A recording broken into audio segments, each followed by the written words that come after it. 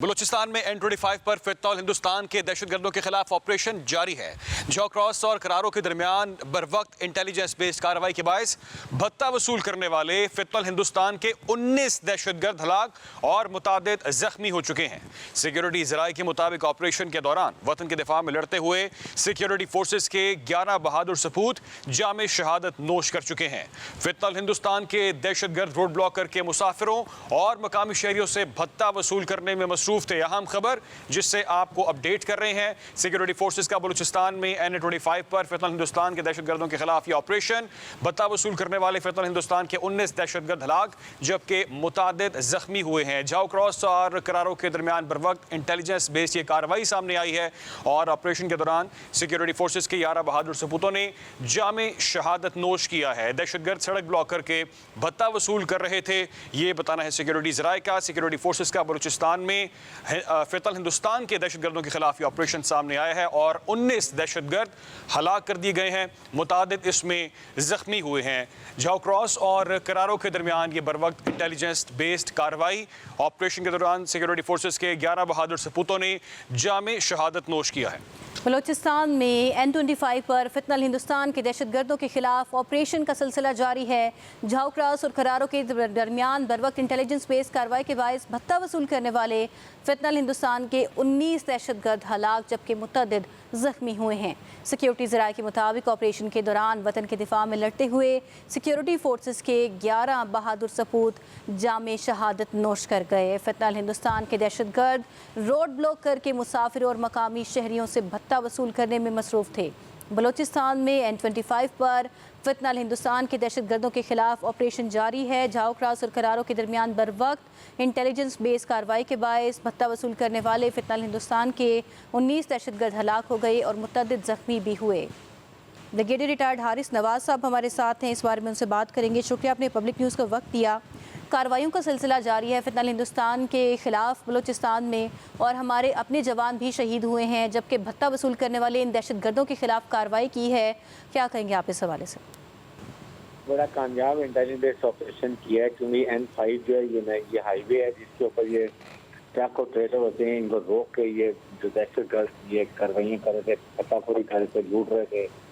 हमारी security forces का बर वक्त पहुँच के बड़ी मौसर कार्रवाई की है जिससे 19 दहशतगर्द मारे गए हैं और काफ़ी जख्मी भी हुए हैं। उनको भी पकड़ा जाएगा, उनसे पता चलेगा ये क्या केस है। उसके बाद अभी भी ऑपरेशन इससे जारी है कि सैनिटाइजेशन कर रहे हैं कि कोई और भी वहाँ पर तो उसको मारा जाए। जाहिर है कि इस ऑपरेशन जब ऐसे ऑपरेशन होते हैं तो आपको अपना भी जान नुकसान होता है। हमारे भी 11 फौजी सिक्योरिटी फोर्स के जवान शहीद हुए हैं, लेकिन इसे ये अंदाजा लगाते हैं कि हमने सिक्योरिटी फोर्स से तैयार किया दहशतगर्दी खत्म करेंगे और इसके लिए कोई कुर्बानी देनी पड़ी वो देंगे, इसमें कोई कमी नहीं लेकर आएंगे। लेकिन साथ ही साथ बात यह है कि जिस तरीके से इंडिया को मार पड़ी अमेरिका मार के हक के बाद उसके बाद ये अपनी प्रॉक्सी को हिंदुस्तान को सारे इसको जिसकी वजह से ये थोड़ी, लेकिन हमें इनके पिछले 3 महीने में तो 300 से दहशतगर्दों को मारा जिसकी कमर टूट गई है। और आप देखेंगे करीब 2026 जो इनका आखिरी साल होगा तो इनको खत्म कर देंगे। अच्छा सर, भारत पाकिस्तान पर हमेशा से दहशतगर्दी के इल्ज़ामात लगाता रहा है, लेकिन अब आप देख सकते हैं कि ऐसे वाक़यात रूनुमा हो रहे हैं जिसमें उसके अपने हिमायती याफ्ता नासिर जो है पाकिस्तान में कार्रवाई करते हुए पकड़े जा रहे हैं। तो आलमी बरादरी इस तज़ाद को कब संजीदगी से लेगी कि हमारा मौक़िफ़ था, हम तब से इस बात का कहते रहे कि दहशतगर्दी का जो इल्ज़ाम है हमारे सर पर लिया जाता है, लेकिन उस बात को उस तरह से संजीदगी से लिया नहीं जाता। देखिए, अब वक्त आ गया है। पाकिस्तान ने जो पीस मेकर का काम किया था, अमेरिका की और ईरान की सुलह तय कराई थी, फिर मुआहदा साइन कराया।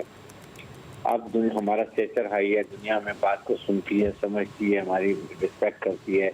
अब हमें अमेरिकन से बात करने की ज़रूरत है कि वो जो इसको हर हफ्ते $30 मिलियन देते हैं वहाँ पर फौजी ये अफगान तालिबान रजीम को चलाने के लिए, वो इनको बंद करने चाहिए क्योंकि ये पैसा सारा बहुत जो टेररिस्ट ऑर्गेनाइजेशन को जा रहा है।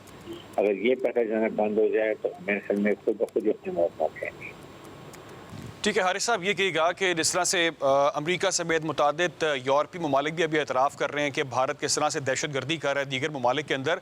अभी जो एक कार्रवाई सामने आई है जिसमें 19 दहशत गर्द हलाक हुए हैं, फितनल हिंदुस्तान के मुतादिद ज़ख्मी भी हुए हैं, गिरफ्तारियाँ भी अमल में आएंगी।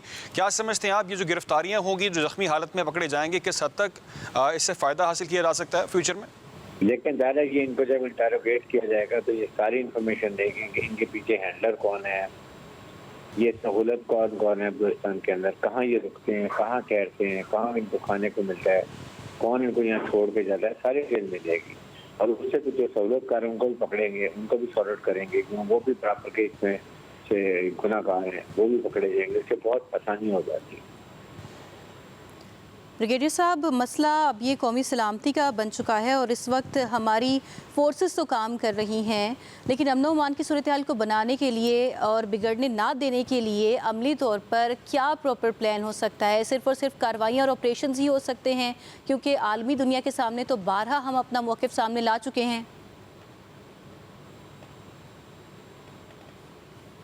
ब्रिगेडियर रिटायर्ड हारिस नवाज़ साहब से हम रब्ता करेंगे। ये अहम कार्रवाई की गई है फितनल हिंदुस्तान के दहशत गर्दों के ख़िलाफ़ और बलूचिस्तान में N25 पर फितनल हिंदुस्तान के दहशत गर्दों के ख़िलाफ़ ऑपरेशन जारी है। झाऊ क्रास और करारो के दरमियान बर वक्त इंटेलिजेंस बेस्ड कार्रवाई के बायस पत्ता वसूल करने वाले फितनल हिंदुस्तान के 19 दहशत गर्द हलाक और मुतअद्दिद ज़ख्मी हुए हैं।